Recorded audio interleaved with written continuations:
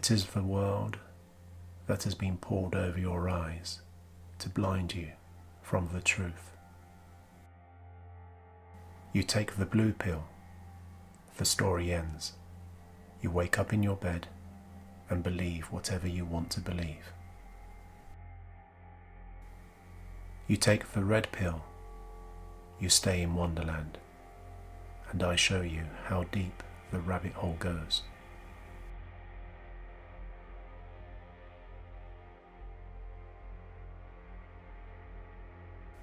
Remember, all I'm offering is the truth.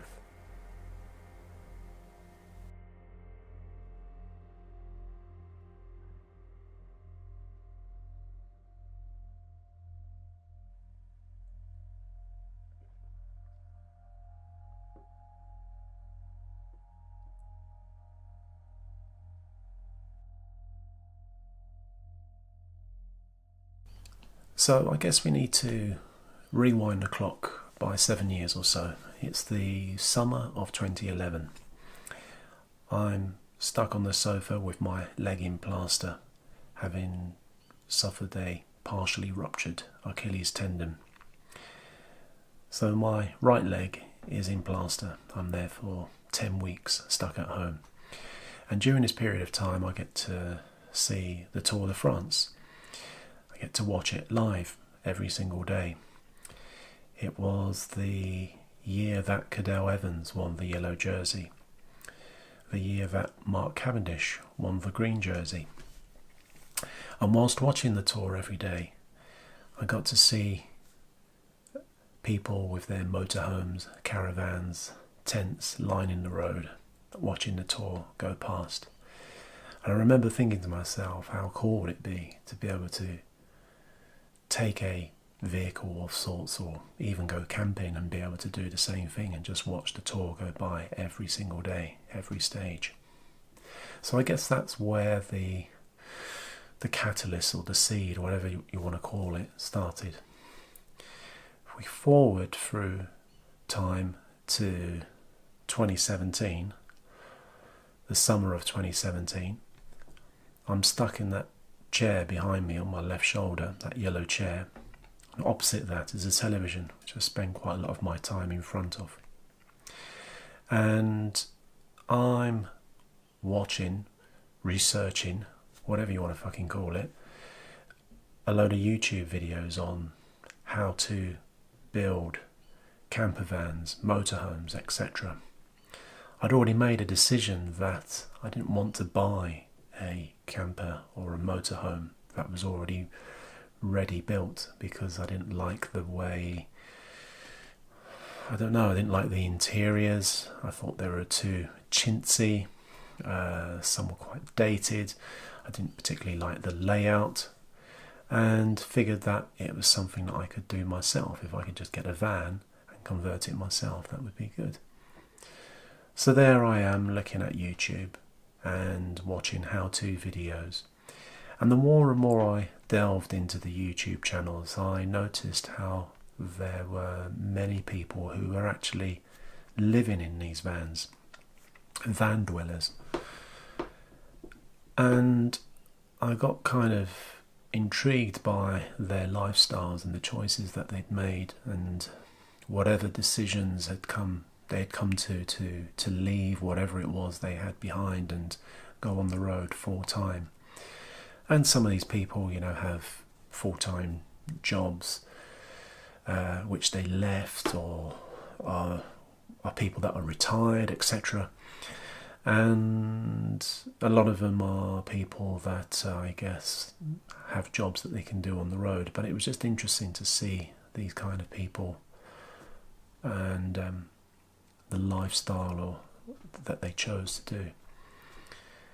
So I was intrigued by this, and while sat there I kind of was looking at these videos and thinking about how I could convert a van, etc.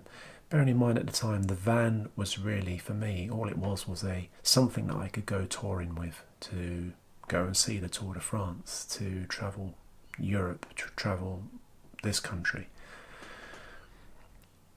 So I guess what I'd like to be able to do during this next chapter of my life is to unplug myself from the matrix, to try something which is out of the norm, to unshackle myself, I guess, from what society deems as normal. And I just want to see if it's possible to scale down the trimmings that make up my life, the things that I value important at the moment. Can I do away with some of those things? Can I scale down and live in a space which is really small? Behind me, funnily enough, is not that far off the space of the van.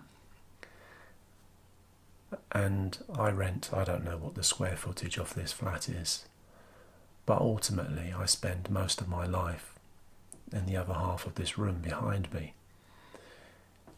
And so I kind of think, well, why spend all the money that I spend every month in order to live here, when ultimately what I need is just a very small space, and I guess a small space in which I can open a door which opens up to a much larger space with a huge plethora of things that I can do and explore. You know, I live in this flat. I don't even know my neighbour below me. I don't even know the neighbour next door to me. And you know, I have a living room, a kitchen, a bathroom, a hallway, a bedroom, a small room, spare room which acts as a storage space. And I don't know, it just seems to be, I know I spent all of my life just renting and just filling up the void that I rent month to month. So I guess really this is kind of where it starts. I'd like to take you guys on my own journey to see whether it's possible to untether myself from what we deem as normal, or rethink about the things that I deem necessary for me to live a comfortable life. I guess having watched lots of YouTube videos, and there are hundreds, if not, God knows, hundreds of van dweller channels, people showing you how they've made their vans, done this, etc, etc. And I guess once you've seen one or a dozen, they all become the same. But nonetheless, you know, I've seen a few, and there's a few people out there which I can sort of, I don't know, look up to and think, yeah, I think fair play, and I've taken some inspiration from these people. What I'd like to be able to do is show you what I'm leaving behind, to show you the side that most people don't get to see, the side, I guess, behind the scenes, what it is that I've decided to leave, and show you the process of me building, doing all of the various bits and pieces I need to do to make this new home. I guess there is a time scale to this whole thing. We're 13th of March at the moment. I need to be out of this place by the 22nd of July. So time is kind of on my side, but at the same time I still have to hold down a full-time job, and it's going to get quite busy. So I hope you enjoy this journey, and we'll see how it goes.